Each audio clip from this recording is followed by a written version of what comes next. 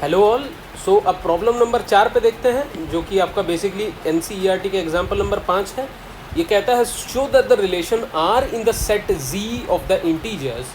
Basically इस चीज़ को समझ लीजिए, मैं आपको एक्सप्लेन कर दूंगा।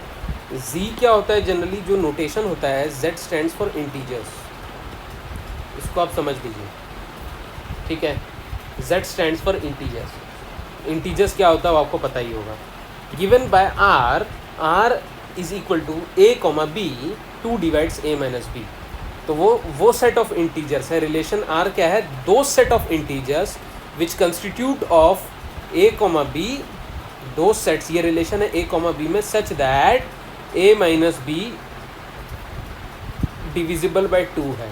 इट इज़ डिविजिबल बाय 2, मतलब a minus b is even, a minus b is even, मतलब a minus b is even.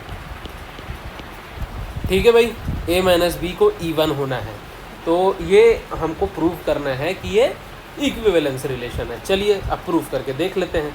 तो ए माइनस बी क्या, सबसे पहले इक्विवेलेंस रिलेशन में क्या क्या चीज़ें होती हैं। पहला आपका क्या चीज़ होता है भाई, सबसे पहला होता है आप लोग का रिफ्लेक्सिव। तो रिफ्लेक्सिव जानने के लिए क्या है, खुद का खुद के साथ। तो क्या ए माइनस ए क्या होगा, 0। तो क्या 0 is divisible by 2, 0 is divisible by 2, yes. 0 is divisible by any number, so yes, except 0 of course, ठीक है। सो यस, तो इट इज़ रिफ्लेक्सिव। चलिए अब दूसरा करते हैं सिमेट्रिक।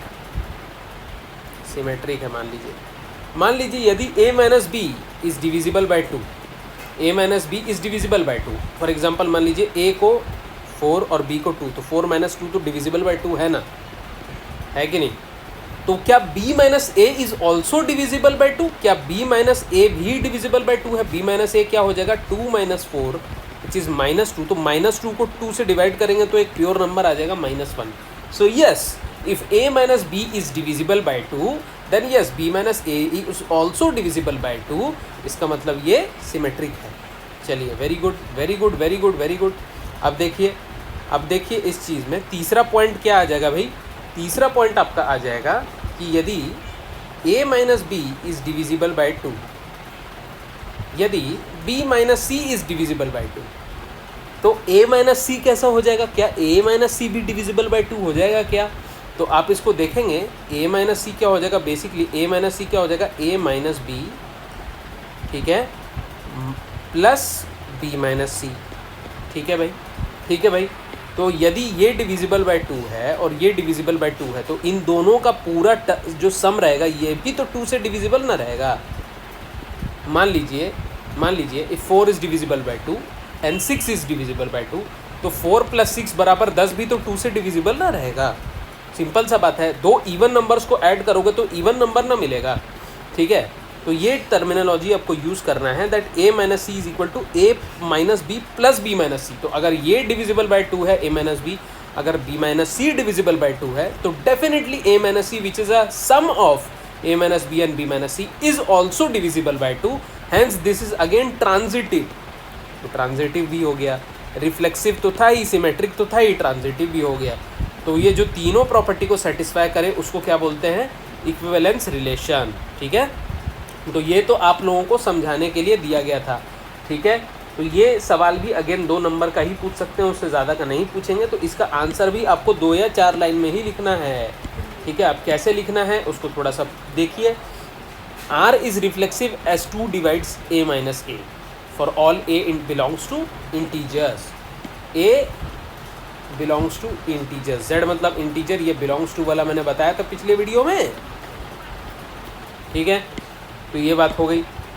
दूसरा, further if a b belongs to R, belongs to the relation, is a part of the relation, मतलब then 2 divides a minus b, therefore 2 will also divide b minus a, hence b comma a also belongs to the same relation. अगर a comma b relation का part है, मतलब a minus b is divisible by 2, तो b comma a भी उसी relation का part है, मतलब b माइनस ए भी डिविजिबल बाई 2 ही रहेगा।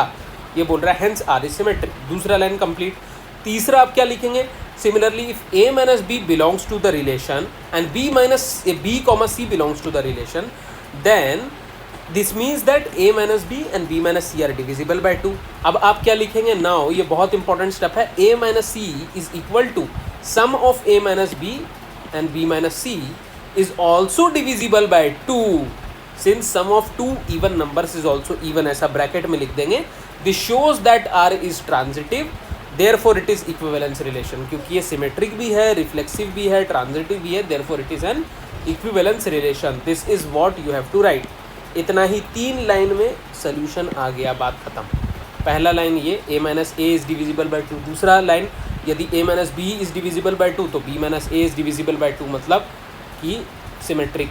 तीसरा line a minus b belongs to relation, b minus c belongs to relation, मतलब a minus b is divisible by 2 and b minus c is divisible by 2. फिर आप क्या लिखेंगे भाई, a minus c is some of a minus b and b minus c will also be divisible by 2, therefore this is transitive. खत्म हो गई बात.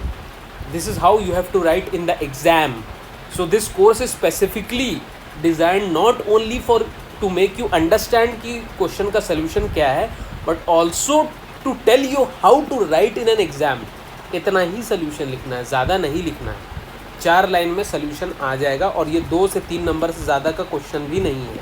सो make sure not to waste more time and एकदम क्रिस्प तरीके से limited amount में answer लिखिए.